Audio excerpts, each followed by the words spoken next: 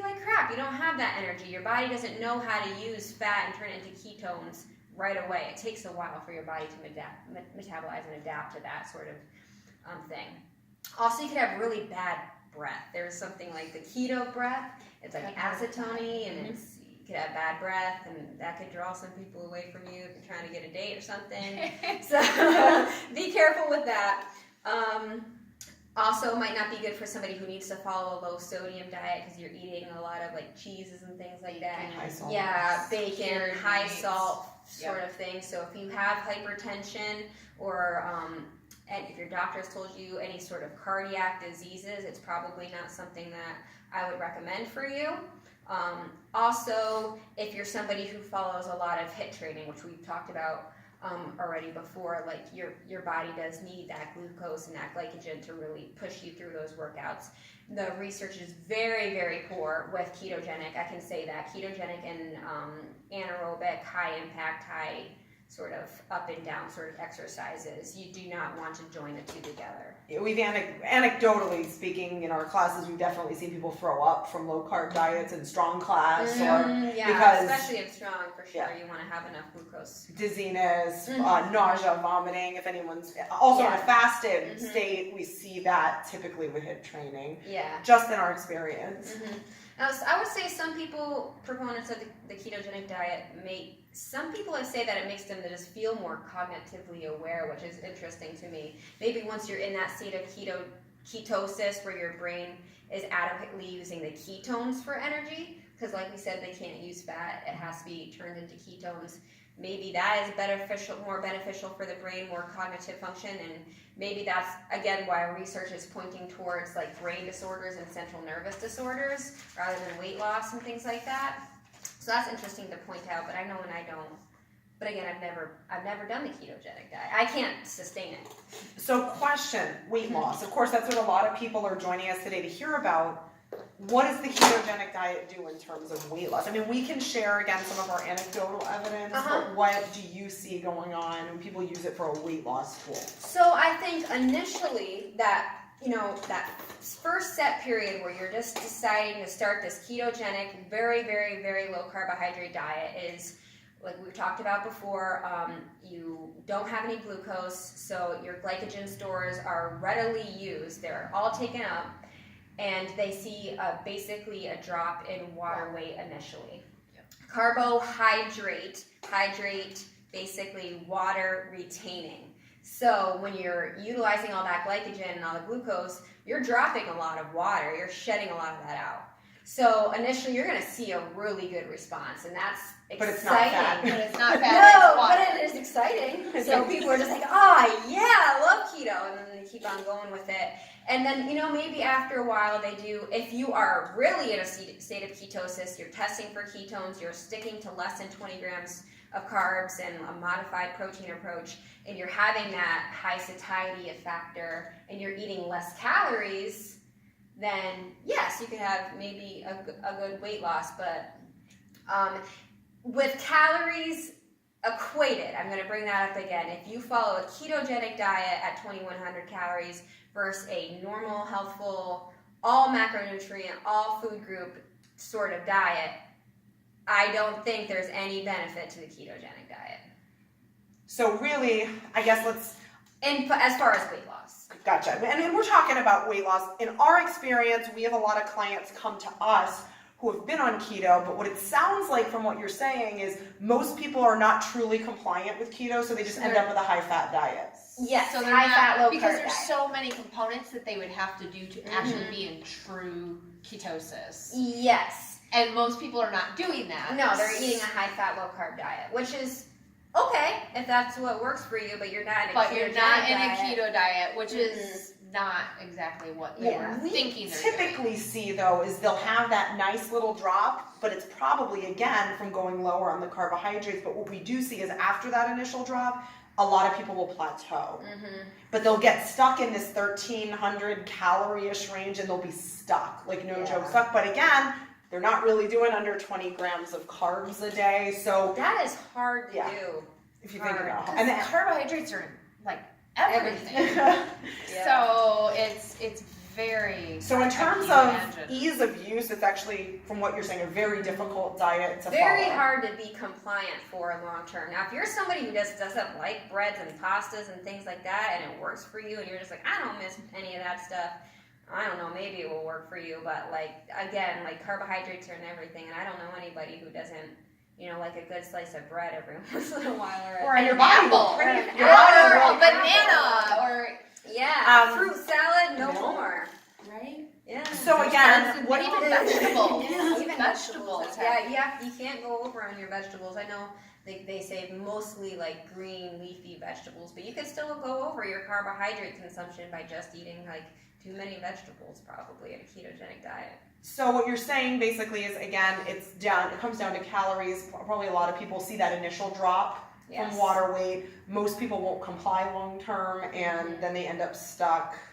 We see a lot of the stuck. Just from clients that we've seen coming in, wondering why they can't keep losing weight anymore. Yeah. So what do you give the diet on a rating scale? God. We have to ask the question. The grade system. So we're saying it's not particularly sustainable. There can be benefits to it. D plus. D plus. All right. Okay. D plus. Now, as far as sustainability, and because it's not The nutrients. not as sustainable. We're finding it's not very sustainable, especially for weight loss. What happens when they come off of that and they start introducing carbs back? That's a really good question. No, they're gonna get all sad because all of a sudden they're gonna have the glucose and their then weight's gonna go whoosh. You're gonna have that like initial, probably a lot of water gain initially too, because now your glycogen is like back and ready to fuel you some more. And your body's probably like, I've been wanting you, and it like holds on to it. Yeah, and that's honestly what's gonna happen with most fad diets or restrictive diets though. It's just like, you eat in like a caloric deficit for so long and your body's just like, and you start to feel sluggish, and then you do eat, what you need to eat and all the nutrients that you need to eat, and it's like, oh, you freaking starved me for so long, I'm going to hold on to this for a little bit. And then you need to reverse that. Yes. Do we have a question? Oh, we got a comment. Okay, thank you, Jen Larson. That's kind of, typically what we might see. What did she say? She says, I tried it for 3 days, hated it. It was so exhausting planning for 20 grams of carbs in my body. It was insanely deprived. Yeah. So, again, it takes a really long time to get into that state of ketosis. So, if you it's a dedication It's a dedication. It is a lifestyle that you're going to have to do for the rest of your life if you want to reap the benefits out of. So, why? Gotcha. I just want to say, just really find out, why you want to do the ketogenic diet. What if is it's your just goal? To lose 30 pounds and There's then you'll go off of it, yeah. You're going to gain that weight right back. Yeah. So, what you're saying, there are other ways to lose weight that are not. I feel like a lot of these things, with the intermittent fasting and the ketogenic diet, is that it's come to the point where it's like, this is the cure. This is the cure, and this is how you're all going to lose all this weight. But it's just like, no, it's not. It's like when it comes down to it, you eat in a caloric deficit, you have a healthy metabolism, you get your metabolism back on track, and then you eat in a small caloric deficit, that's how you lose your weight. It's not like the one-size approach, and that's what a lot of the people are kind of going with it. It's like, oh, this is the answer. This is how I'm going to do it. I think as a society in general, we want a quick fix and something that it's like, this is going to solve all my problems. That's like the sexy thing. People want to hear what's sexy. It's like, oh, all I have to do is this? Okay, great. And I'm going to lose. And the problem is true sustainable weight loss. And we're going to talk a little bit about some more of these diets. At least in our collective experience, comes from permanent, sustainable, realistic lifestyle change. It is a marathon and not a sprint. There's no way to just drop it all off and bringing us back to the last episode, make smart health goals. Yes. So. Yep. What are we going to talk about next, guys? Yeah, there's some more. There's some other diets out there. We'll probably touch a little bit on Weight Watchers, 21-day fix, and I would be happy to just talk about a standard 1,200 calorie diet, which is probably one that we still see an awful lot. So let's go ahead and start with the 1,200 calorie a day diet, because actually Weight Watchers and Beachbody do kind of base their programming off of that 1,200 calorie, because that seems to be, now, where does that magic 1,200 calorie a day thing come from? I don't know. I feel like it's like the textbook thing, because it's like the textbooks will tell us that you need 1,200 calories for your body to basically survive and get through its everyday functions. I think maybe that's so where people are like, okay, so minimum 1,200 is what I'll yeah, eat. so that's what I need, because that is what our body needs to survive. And again, Isn't that's that if you're laying in bed. yeah. All day. It's like, I personally would actually only even put doing somebody on 1,200 if they were very sedentary and a small person.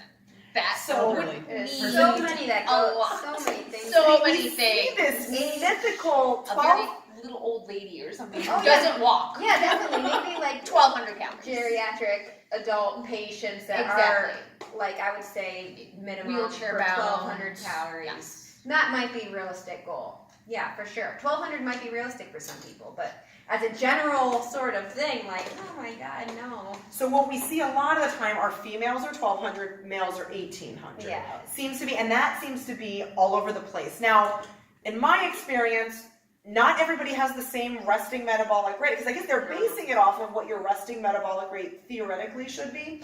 But resting metabolic rate can vary. I've seen So people individual. at 1,000, and I've seen people at 1,600. Mm-hmm. So we don't know. I'm guessing like what they say is the minimum, and then for some reason society takes that and says, this is the way, 1,200 calories. So a lot of people we see coming in, they say, I eat 1,200 calories a day. I guess what I want to talk about is that 1,200 thing, and there's a lot of research. I particularly have done lots and lots of research on this. Dieting for long periods of time does not work. I can't tell you how many people I've seen come through these doors who have been on a diet for 10 years at 1,200 calories, and they wonder why they're not losing weight. Yeah. Why is that? Your body just like, eventually it gets to the point where whenever you diet, no matter what diet that you do, your body adapts to that change. So if you're constantly eating in a caloric deficit, your body naturally slows down its metabolic rate, otherwise you're gonna die. Like if you don't have, like if your body doesn't adjust accordingly, you're just going to use up all your protein, use up your fat, use up everything. Again, protein, catabolic, very restricting, and it just adjusts accordingly. So you're gonna basically, through the state of chronic dieting, unfortunately, that's what we see so much, and we're so like health, like, you know, weight loss oriented, our culture is, and we wanna look good. And so we restrict for such a long period of time, it does such havoc on our metabolism. It's really like, unfortunately, diets don't work in the long run. They're not sustainable. And the likelihood is that if you diet, you're going to gain the weight back, and probably even more because you damaged your metabolism by doing so. And that is hard to say as a nutrition professional. You know, like, diets don't work because they decrease your metabolism, and that like this sets you up for failure. And I've even read that athletes particularly have major fat rebound once they go out. So you have to put someone who's an athletic person, I'd say someone works out 5 or 6 times a week, very small calorie deficits with periodization. Yeah. So what we mean by periodization is maybe you're in a calorie deficit for 8 weeks, and then 4 weeks you're back up at maintenance. Yeah. Why do people not like that? Because Why don't they like it? weight a little bit back. They don't and like then to go see down. that. Yeah, they don't like to see Yeah. the not scale sexy. go like this. Yeah. Yep. It's not sexy. So a lot of the Not time, sexy. it's not It's not- sexy. it's not You're not going to sexy. see a dramatic weight loss, but No. in the long run, that's the way you do it with minimizing any sort of metabolic. They call it, instead of metabolic damage, you can call it metabolic adaptation. It is reversible, and that's going to be our next episode, because we have become experts here on reverse diets.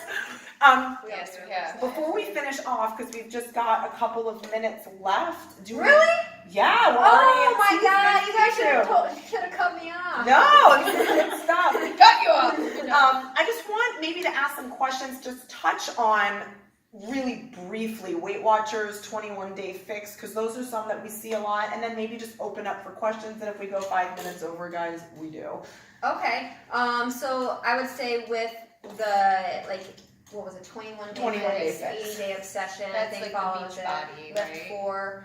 I guess a good thing about that is they are promoting a very healthful, nutrient dense diet. You're basically promoting a lot of foods and like restricting things that are very low nutrient density and high in fat and that our body doesn't necessarily need. So I guess that's one good thing, but the way that they set up their calories, I think it's based on that 1,200. I'm almost sure. Yeah, there's different levels from my experience to it based on, I don't know what all goes into it, but I know your gender and your weight, I think, are primarily what makes you like your caloric. So it's like 1,200, 1,500, 1,800, and they give you like portion sizes. But of not different activity things. level, just like gender and weight, Yeah. or do they factor in I don't activity think level? they do. I'm not like 100% sure. I don't think. Well, I believe the programs are supposed to come with workouts. Yes. These 21, any of them, they come with, so that 12, 50, that's pretty set, assuming that you're going to do the workouts that go along with the containers. Yes, absolutely. But I know I looked at it and I figured out what like my containers, how many each container I would get, and they put me at a 1,200 calorie diet. Because you're a female. Because I'm a female that is at a low weight. They're like, oh, you don't need that many calories, so they put me on a 1,200 calorie diet. I was like, what? No, It's like half. Yeah, that's half. That's about half of what she eats. So some pros to that, again, you're cutting out a lot of the unhealthy things. Unhealthy things, which again could just indirectly lead to weight loss because they're high caloric, low nutrient density. So if you cut those out of your diet, you should maybe see some weight loss. So definitely there. Does it teach It portion? does. Okay. It teaches portion control Because of the containers. Yes, absolutely. Okay. So a serving of protein or a serving of carbohydrate or a serving of fat, it will teach you more about that. So I think that's a pretty good benefit, like portion control, being careful, not overdoing it on certain things for sure. But again, I just think the initial, like that weight loss, the caloric drop that they put you on is not sustainable. So like if I went on a 1,200 calorie diet, I wouldn't be able to sustain that for 2 days. But people do. They do it and they see a lot of good results. But I feel like after they do it, they regain that weight because their metabolism. Because your metabolism then drops to that set number that they give you, and then you don't eat like that after you successfully do the program. If you can do it all. I think from like a behavioral standpoint too, looking at it, and it's going like, if for somebody who's never done, like they don't diet, or they have never done anything with like portion or anything like that, or workouts, and then it's like, boom, you're gonna work out this day and you're gonna do these workouts they may be a little intimidated about, and then you're gonna eliminate all this food all of a sudden, going from one extreme to the other. Doesn't seem behavioral wise that it's sustainable in the long run, because they're not making those small adjustments little by little where it would. Yeah, I think a lot of people, like, they might learn a lot about through nutrition and proper portion sizes through some of these programs. So I'm not like saying I'm not saying that it's terrible for you. I just think that, again, like you kind of rely on portion control. Like, and if you can just learn that portion control and, eat better, more nutritious foods, less junk, that you're gonna also see a weight loss. So there's an easier way to learn portion control. Yeah, and again, once you're done with that program, or once you're done following that portion sort of control, you might see some weight gain after that, unfortunately. When the body's primed. Yeah. I mean, after a certain period of time in a deficit, your body is primed for fat regain. Hence, you need a reverse diet to get you back up slowly, because your body is going to be, number one, your metabolic rate's going to be lower to start with. Yeah. So going back up, you also may not know where that metabolic rate is. You may have to retrain your body, at least in my experience. And then also hormonally, from like a hormonal, you are just primed to store fat. Oh yeah, absolutely. 100%. Eating a caloric deficit is bad for thyroid levels, bad for just like overall health, and can mess you up doing kind of a caloric restriction. And from my experience, Weight Watchers, we want to talk a little bit about that, again, based on calorie levels, but it's a point system. Yes. So they don't actually learn like the nutrition, like how to read a label. It's more like this is has going this to many be points. this many points. Well, what does that mean calorically? Like, I don't think they necessarily. So I'm guessing some of the pros are probably you're eliminating a lot. Well, you're not completely restricted. Right. So I'd say there's no restriction. And you can still have like a donut. It's just going to have a high point value. Points. Yeah. Yes, because it's high caloric, low nutrient correct. density. So that's kind of where it all comes in. Yes. So like you can have those things, but it's going to be a lot of points, and therefore you have to eat less throughout the period. And again, it's probably based on that 1,200 calorie. Yeah, I think it's like a caloric thing. So based on your starting weight and your gender and things like that, it gives you an initial points sort of system that you can have throughout the day. Say, oh, I can have 22 points based on your, gender and your starting weight. So again, it's not individualistic. So it's just kind of like one size fits all. You're here, you start there. And that's what a lot of these diets are, really, is they're not individualistic. Same thing with the 21-day fix, 80-day obsession. It's not standardized, it's generalized. So it's giving nutrient information. It doesn't take into your personal story. You know what I'm saying? It doesn't take into what your basal metabolic rate is at baseline. It's just generalized. Does anybody have any questions? I know we didn't spend as much time just because, and we knew today was going to be a lot of like the more popular ones. Yeah. Any questions from the audience, guys? It's all good info. That's what we want. Any questions from you guys out there at home? And again, like after this, feel free to contact us or ask us any questions. Derek's here. Oh, My Derek's husband. here. Hi, Derek. Overall, I mean, there are pros and cons to all these diets. Learning portion control is super important. Getting rid of like less nutrient or limiting less nutrient dense food is important.